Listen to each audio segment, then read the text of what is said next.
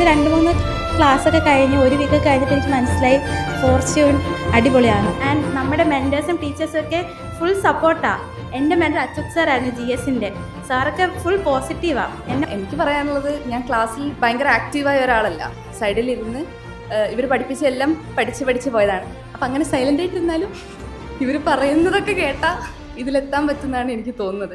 Shailesh sir article 1921 ഒക്കെ പഠിപ്പിക്കുന്നത് still in my years. So നമുക്ക് ഒരു സയൻസ് ബാക്ക്ഗ്രൗണ്ട് കഴിഞ്ഞ് വരുമ്പം പെട്ടെന്ന് ഈ ഒരു പുതിയ സബ്ജക്റ്റ് പഠിക്കാന്ന് പറയുമ്പോൾ ചെറിയൊരു ബുദ്ധിമുട്ടായി തോന്നിയേക്കാം ചില ആളുകൾക്കെങ്കിലും.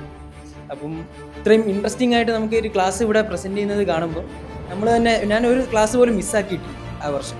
ഇപ്പോഴെങ്കിലും ടീച്ചേഴ്സ് പറയുന്ന ഒന്ന് കേട്ട് നോക്കൂ, എന്തായാലും ബലം ഉണ്ടാവും.